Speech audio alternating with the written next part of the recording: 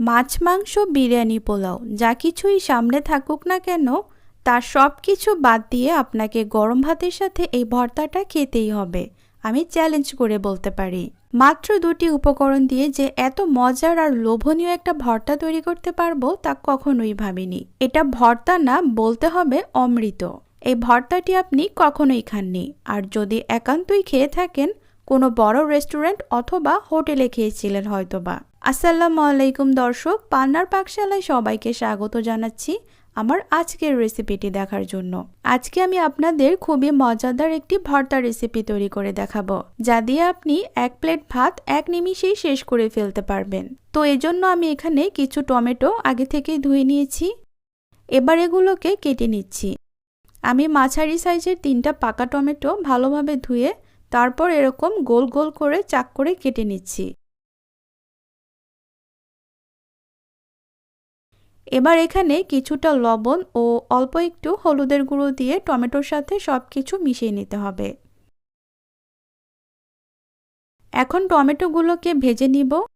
তো এর জন্য প্যানে কিছুটা তেল দিয়ে দিলাম। তেল গরম হয়ে গেলে টমেটোর পিসগুলো দিয়ে দিতে হবে।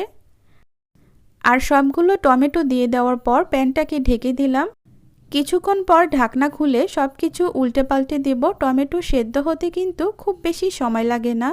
এগুলো অনেকটাই সেদ্ধ হয়ে গিয়েছে। সবকিছু নেড়ে মিশিয়ে একসাথে করে প্যানটাকে আবারও ঢেকে দিতে হবে। কিছুক্ষণ পর টমেটোগুলো পারফেক্টভাবে সেদ্ধ হয়ে গেছে। এখন টমেটোর গায়ের পানিটা শুকিয়ে নিতে হবে। এখন আর প্যানটা ঢাকবো না, ঢাকনা খুলেই অনবরত নেড়ে নেড়ে এই টমেটোর গায়ের পানিটাকে শুকিয়ে নেব। টমেটোর পানিটা যখন প্রায় শুকিয়ে যাবে সে পর্যায়ে এগুলো এক সাইডে করে এখানে একটা ডিম ভেঙে দিয়ে দিলাম। এখানে 3টা টমেটোর জন্য একটা ডিম লাগবে। ডিমের জন্য স্বাদ অনুযায়ী লবণ দিয়ে এই ডিমগুলোকে ভেঙে একদম ঝুরি ঝুরি করে ফেলতে হবে। আপনারা যদি টমেটো বেশি করে নেন তাহলে ডিম 2টা বা 3টাও নিতে পারেন। ডিমগুলো এরকম ভাজা ভাজা হয়ে গেলে টমেটোর সাথে ভালোভাবে মিশিয়ে নিতে হবে। এখানে টমেটোর যে একটা ভেজা ভেজা ভাব আছে সেটা থাকা যাবে না।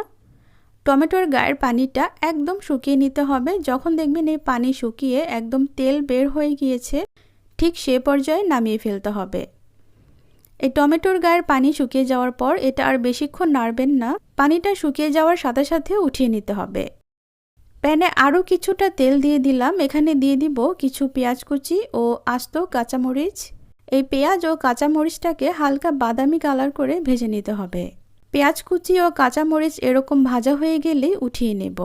এখন ভেজে নেব কিছু শুকনা মরিচ।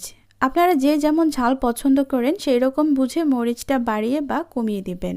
এই শুকনা মরিচগুলোকে চুলার কম আঁচে একটু সময় নিয়ে মুচমুচে করে ভেজে নিব। শুকনা মরিচগুলো পারফেক্টভাবে ভাজা হয়ে গিয়েছে, এখন উঠিয়ে নেব।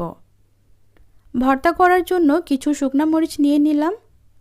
যেহেতু টমেটো ও ডিমের মাঝে কিছুটা লবণ দিয়েছিলাম তাই আমি আর এক্সট্রা করে লবণটা দেইনি, প্রয়োজন হলে দিয়ে নিব।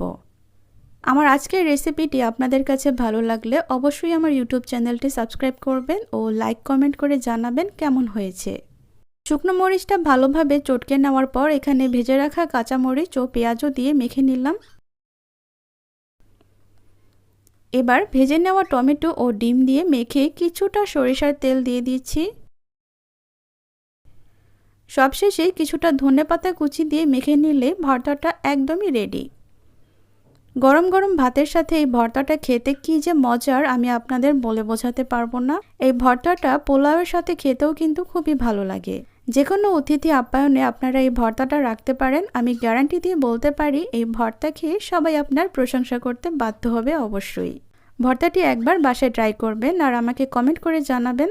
আজ তাহলে এখানেই বিদায় নিচ্ছি। সবাই ভালো থাকবেন, সুস্থ থাকবেন। আল্লাহ হাফেজ।